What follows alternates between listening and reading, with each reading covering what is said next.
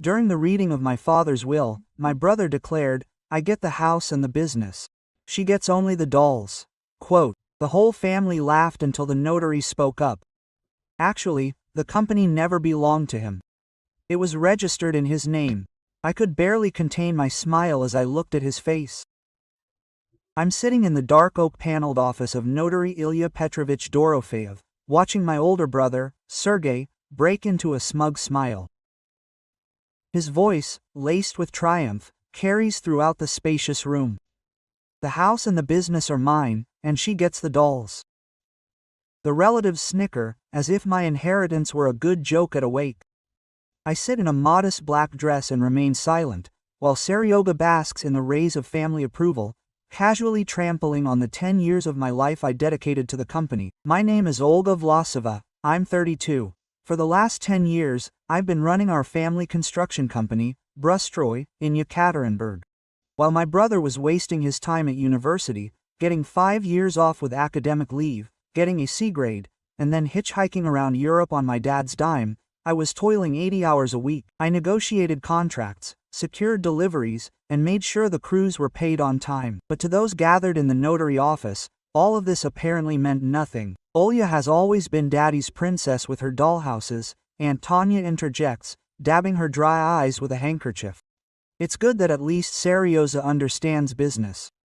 I bite my tongue until a metallic taste appears in my mouth. Seryoza understands business. A man who's never been to a construction site, who can't tell a 50 by 100 board from a channel, who thinks profitability can be estimated on a restaurant napkin. But I maintain a stony face, my hands folded in my lap. I learned that long ago. Justifying myself to this crowd is like preaching to the deaf. Well then, Sergei continues, straightening his expensive tie. Let Olga continue playing with her toys while I get down to real business.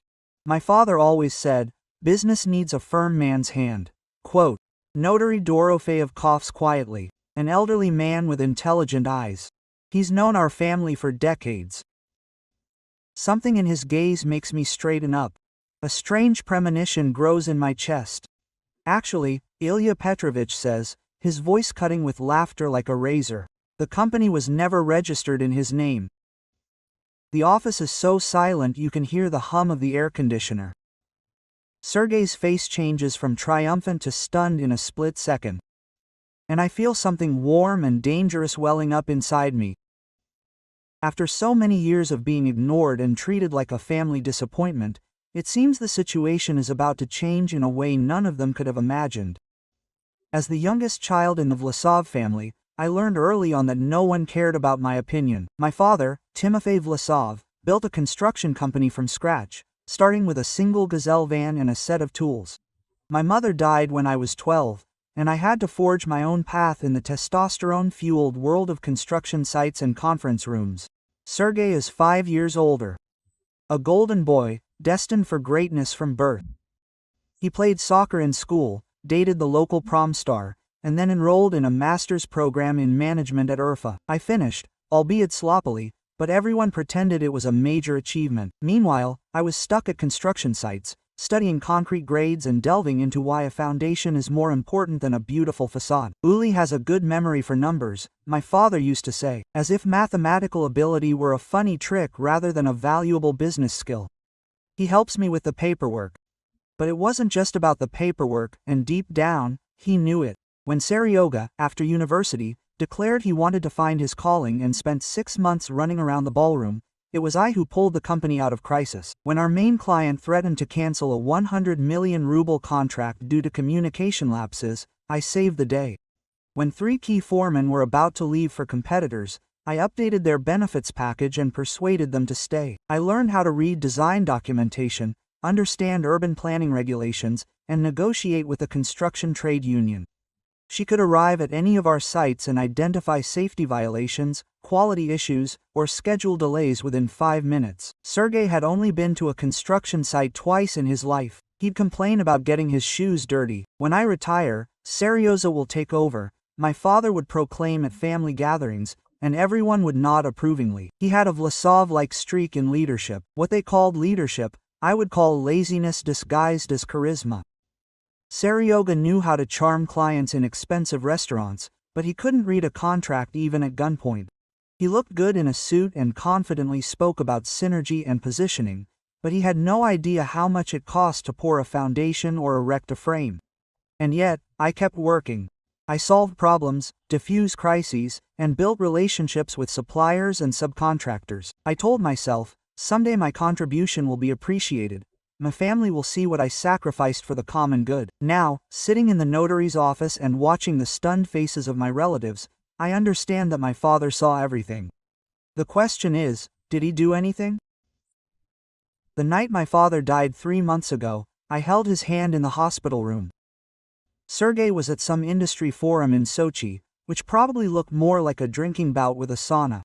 By the time he flew back, I had already arranged the funeral. All these years, you've been my right hand, my father whispered in one of his rare moments of clarity. You know, this business is the best. I shook his hand, asked him not to think about work, but there was a heaviness in his gaze, as if he wanted to say more. He kept glancing sideways at his shabby briefcase in the corner, the very one he never parted with during work hours. Olya, he sighed barely audibly, and I had to lean in. Dolls. Grandma's collection. It's not just a memory. Quote, at the time, I thought he was talking about the emotional value of antiques.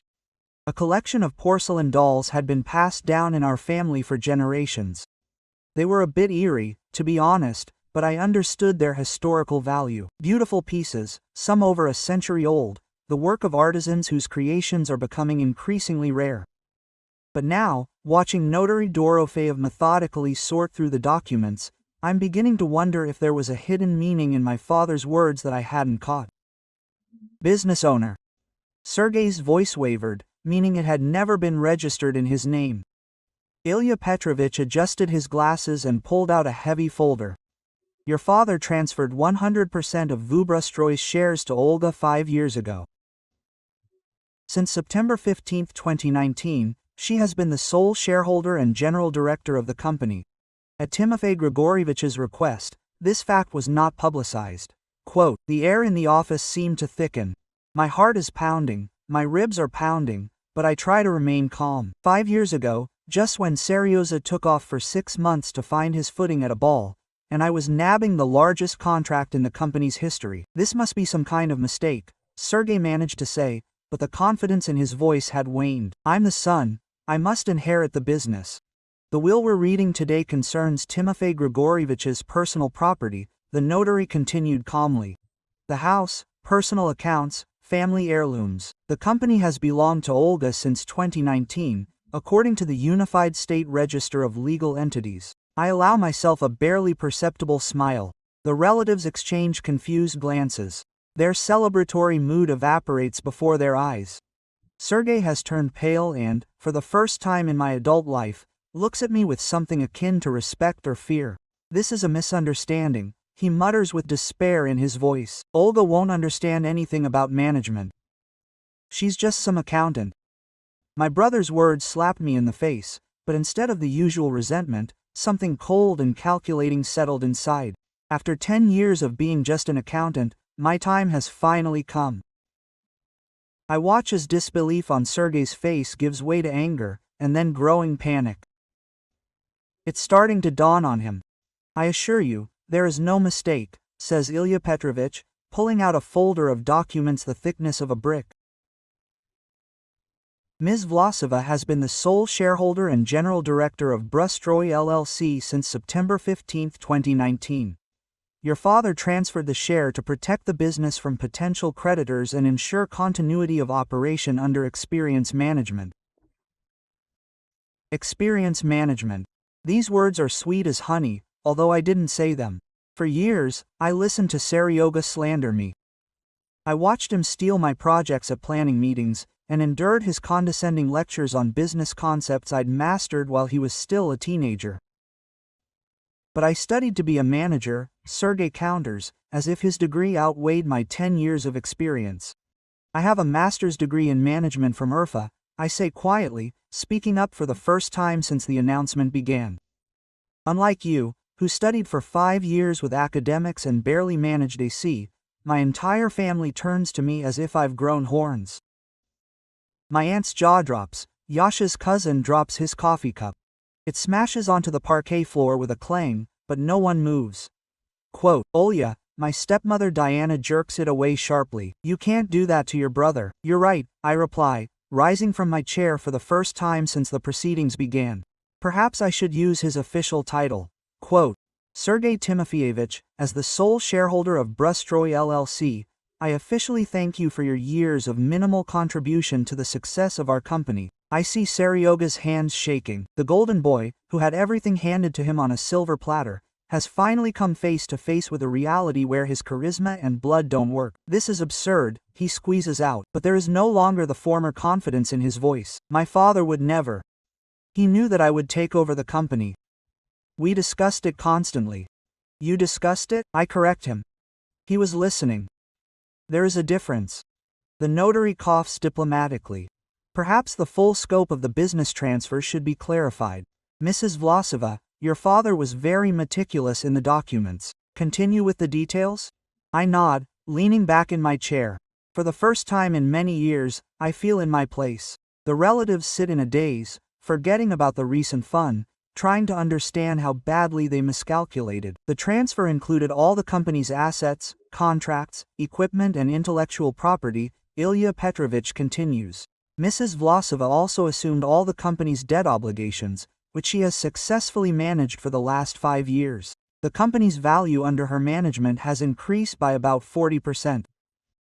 Sergey makes a strangled sound.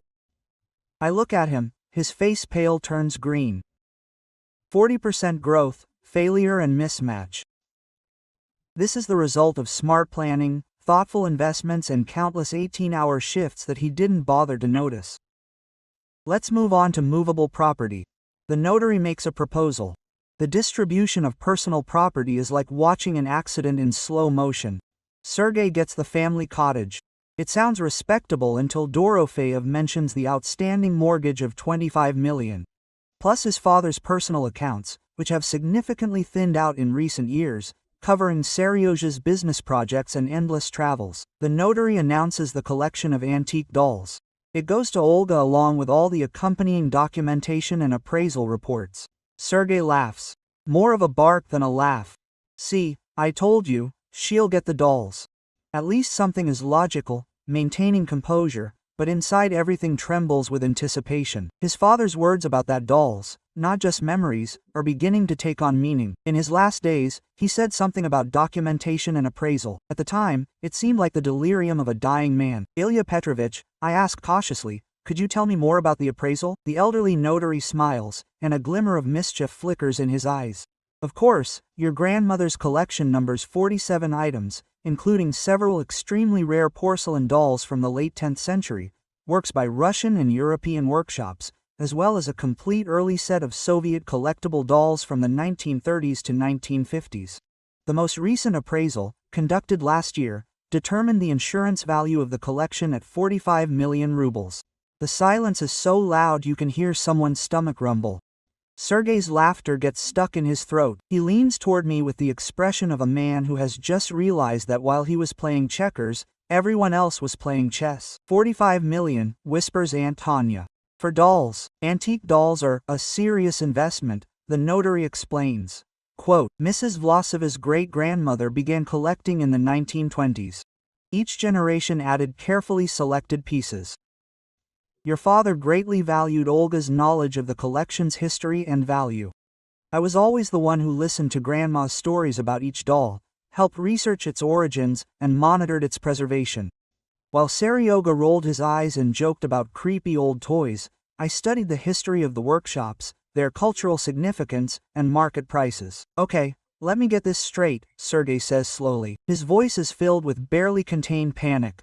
Quote, Olga gets a business worth hundreds of millions, antiques worth 45 million, and I get a house with a huge mortgage. You also get your father's car. Diana weakly interjects, as if a 10-year-old Toyota Hilux with a dead transmission could somehow even the scales. According to the latest valuation, the notary checks the papers. Brustroy LLC is worth 230 million rubles.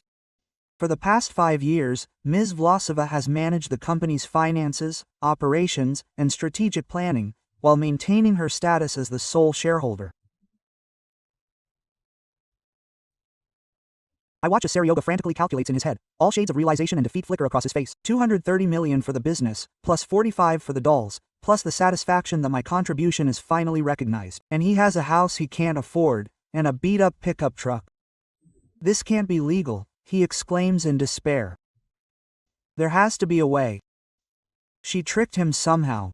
Actually, I say, standing up again and tugging at my skirt. I think it's time to explain exactly how it happened. 5 years ago, I begin, noticing how everyone involuntarily leans forward. Seryoza went off to the ball to find himself, and I was dragging along the Pokrovsky Heights project. Remember, Seryoza, the 155 billion contract that almost fell through due to permitting issues. Sergey's gaze darts around the room, searching for support that isn't there. Everyone remembers Pokrovsky Heights. It was the biggest success in the company's history. For 3 months, I fought with the architecture committee, went through an environmental assessment, got the GPZU, resolved issues that could have buried the entire project. I continue. While I was doing this, our lawyer warned me about a claim from a subcontractor under 72 and 724. Articles of the Civil Code threatened to file an arbitration lawsuit, which could have buried the company. Ilya Petrovich nods. Your father faced the risk of subsidiary liability, which could have extended to personal property, including the family home. That's why he called me into his office, I say, remembering that conversation down to the smallest detail. He said he was watching me cope with increasingly complex tasks and wanted to protect both the business and the family. The decision to transfer the share to someone who really understands the company. But why didn't you tell us? Diana asks, although the accusatory notes in her voice have already faded. Because I knew exactly your reaction, I answer.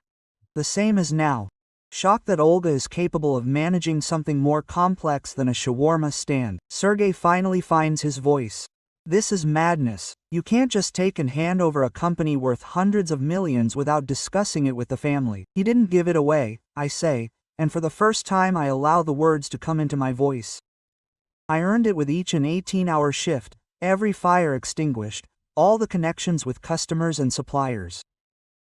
While you were posting stories from the beaches of Bali, I was making sure our foreman had work. I take out the folder I brought with me. I didn't think I'd need it. Here are 5 years of management reports showing growth under my leadership. Feedback from clients, suppliers, employees, documents for every important decision and every problem solved.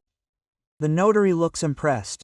Your father talked about your meticulousness, but I didn't think you kept such detailed records. I learned early. In our family, you have to document everything if you want them to believe you did it. I throw a meaningful glance at Sergey. Too many times I've seen someone take credit for my work. The office is silent again, but this time it's different. The unshocked silence of people digesting unexpected news. The awkward silence of those who realize they were fundamentally wrong.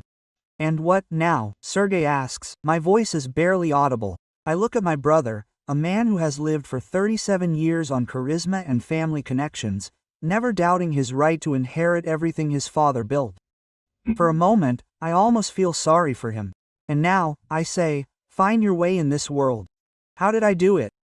I gather my papers and stand up, ready to leave the office where I've just officially become one of the most prominent business leaders in Uman, Yekaterinburg. But at the door, I turn around. Oh, yes, Seryoza, the company isn't opening any vacancies right now. After the will was read, everything went even better than I dreamed.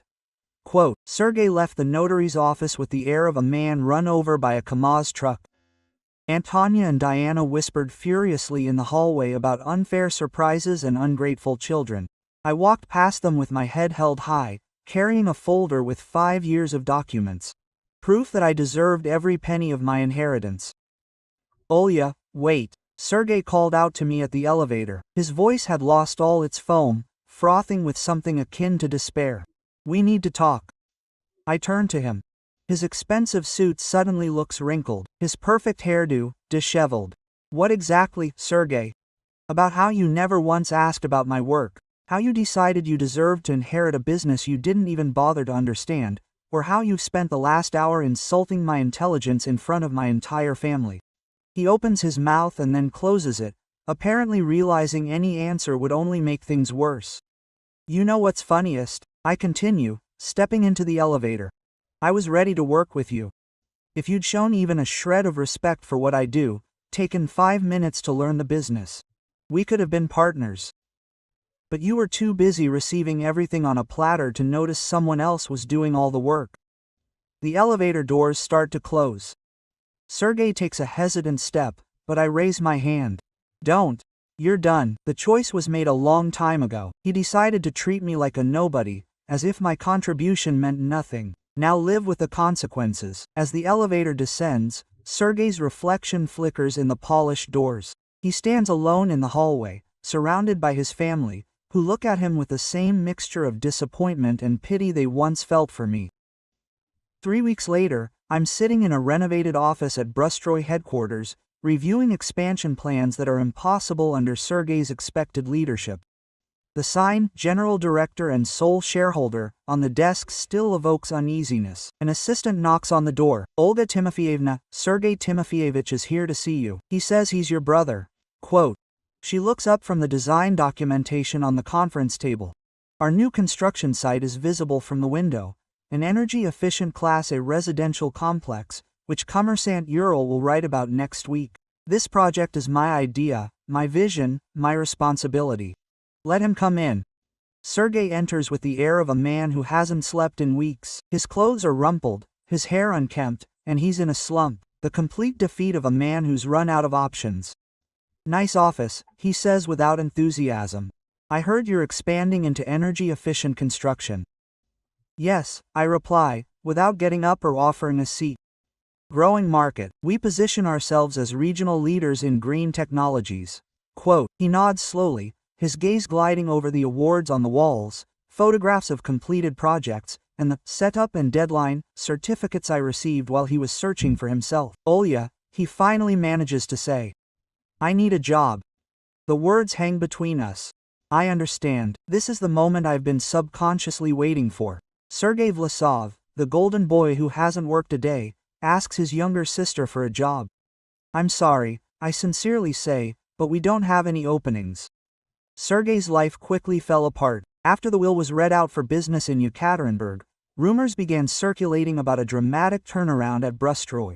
The future business leader's reputation evaporated when people learned he'd expected to inherit the company his sister had managed for years. His lack of real experience became painfully obvious when he tried to get a job with construction or development firms that knew the Vlasov family's history. A cottage with a mortgage became an unbearable burden. He had to get a job as a sales manager at a car dealership, trying to pay off a loan for a property he couldn't afford. 6 months later, Sergey moved into a one-room apartment on the outskirts and watches from afar as his sister develops the business he considered rightfully his own. Birth, realizing that years of ignoring her contribution had cost him everything he'd ever hoped for. As I signed the contract for our 4th major project, I reflect that years of Sergey's ridicule had inadvertently prepared me for this moment. His constant disdain forced me to document every success, prove every point, build a track record that made my ownership undeniable when the truth came out. It taught me that sometimes the best revenge is simply letting people discover that the person they'd underestimated was in control all along.